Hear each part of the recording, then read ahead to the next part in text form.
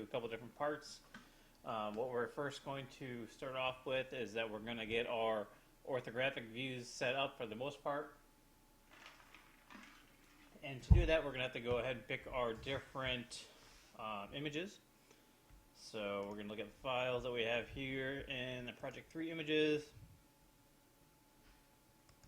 Come on. And we're going to look for ones that are in the front, which I believe is this one. Check a look out of this one.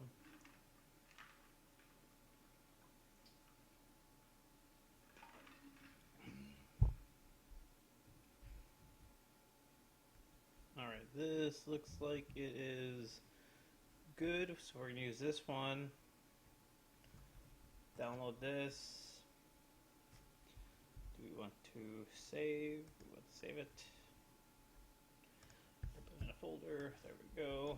And then we want our side. Looks like it's the side right here.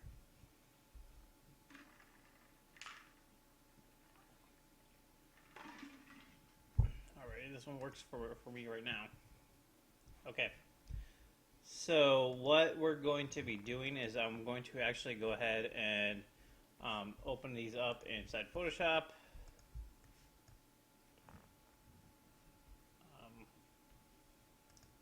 Close this one, and then I'm going to bring this one into this particular one as well. And I'm going to start lining these up. So change the opacity a little bit. And what I actually want to do first is I want to make this one straight a little bit. So I think the rotation of the camera is off a little bit. So just need to rotate it just a tiny bit so that it is, I get this line off the top right there. Okay. So I got that rotated, that's fine, and then what I'm going to do is I'm going to try to take this top layer and I'm going to try to size it so that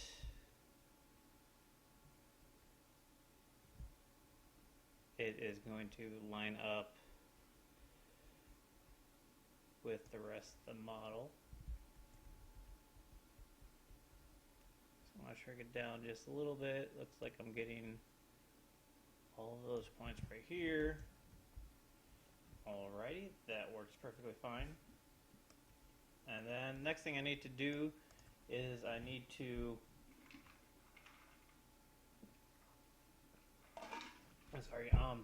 I need to make this a square image.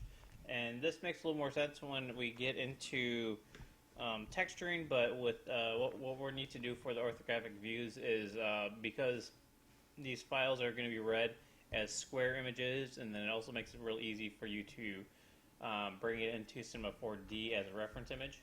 So we just have to make the canvas size, make sure that it is, let's do it by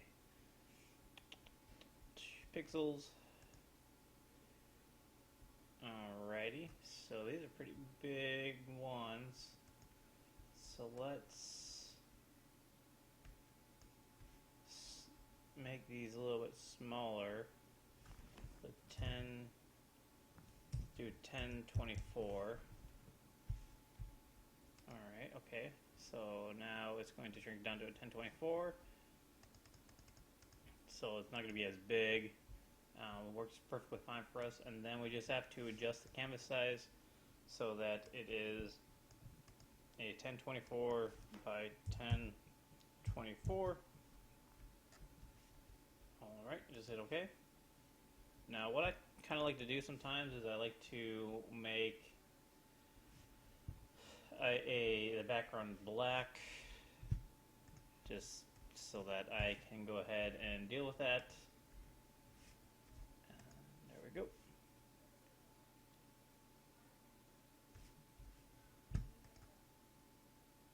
Alrighty.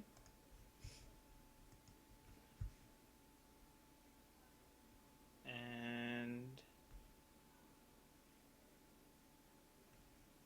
I was just double checking the stream, make sure it's working. Get my black paintbrush. I'm gonna fill this. There we go. All right, cool. And then we're going to turn this off. We're going to save this. Save as front camera, front boombox, and we're going to save it as a JPEG.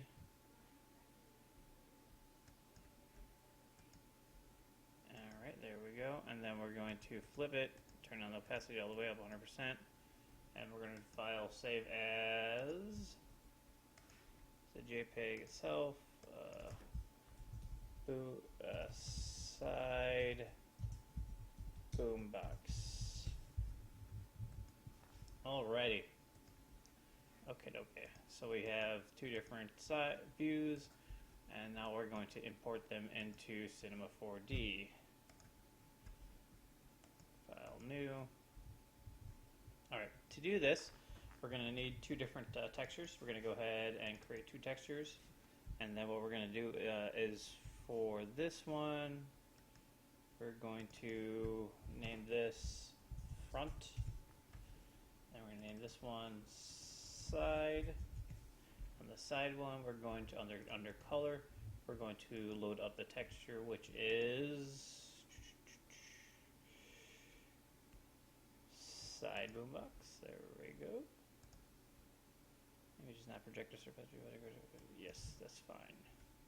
And then we're going to have this one where we're going to use this as a front. Yes. Alright, and then what we're going to do is I'm going to make two planes. And make this one orientation CZ. So let's see where this is going to be on front, and this is the right is the side. So we'll make this one will be the front one. Alrighty. Now we might need to flip this.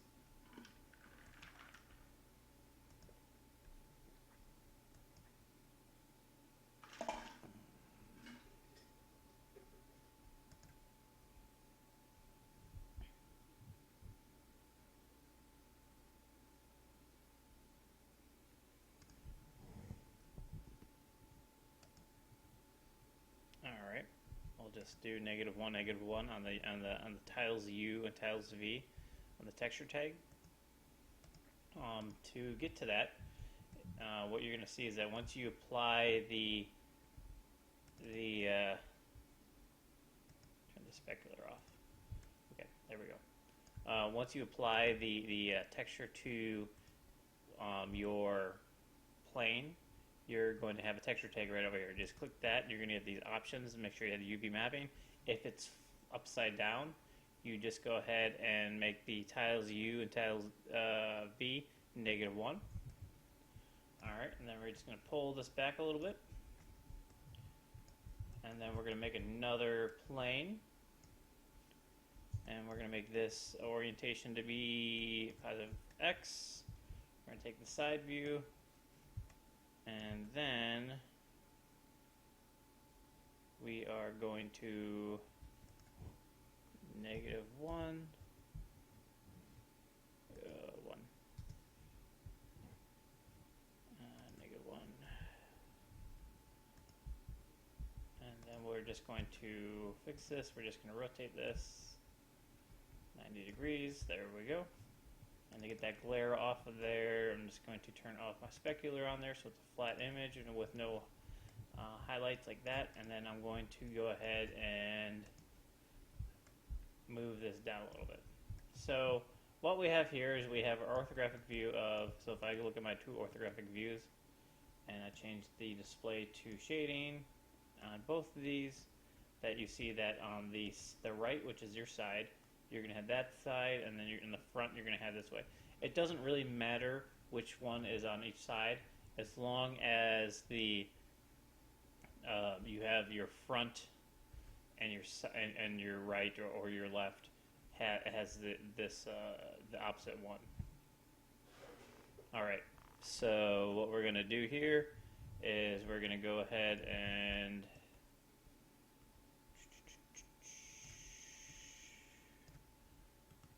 go back to the orthographic view.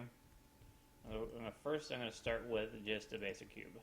All right, and then on my segments, what I'm going to do is I need at least, I might display my shape and my lines. So I'm going to need a segment in for me it's the X. So I want to have at least a segment in the X, so that way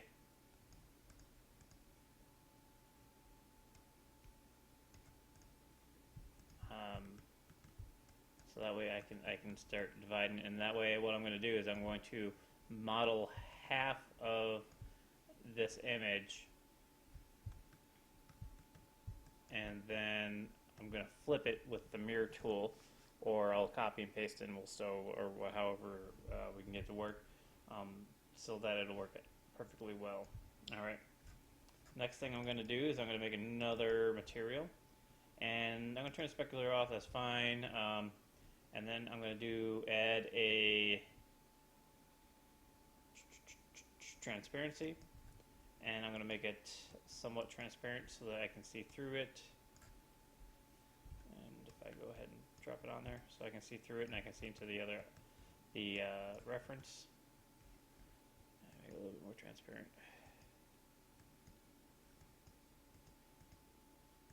Put it the other way. Alright, there we go.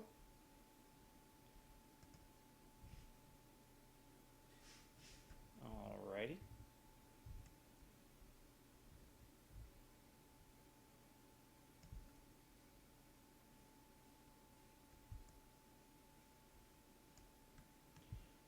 Okay, there we go. And then we're going to start by making this object editable. Okay, now that it is editable, what we're going to do is we're going to shrink it down as best we can to try to get this same size. At this point, we're going to go ahead and grab our verts that we have. Get my rectangle selection tool, and I'm going to turn off the only visible elements. And I'm going to go ahead and select all these verts on the top, and I'm going to bring them down until I get to about the top part right there. Alright. I might go ahead and do the bottom and kind of tweak it a little bit so I get to the bottom one side or the other. Alright, so now that I have that done, I'm going to get my picture, my selection. I'm going to get the faces. I'm going to select this face, and then what I'm going to do is I'm going to use a extrude and extrude out all the way. Actually, we don't need to extrude out. We'll just have that face. We'll move it all the way out to the side. All right, and then what we're going to do, so we know we don't mess with the other one, we're going to go select these faces on the other side, and I'm going to delete them. All right, so this is half of the boombox itself.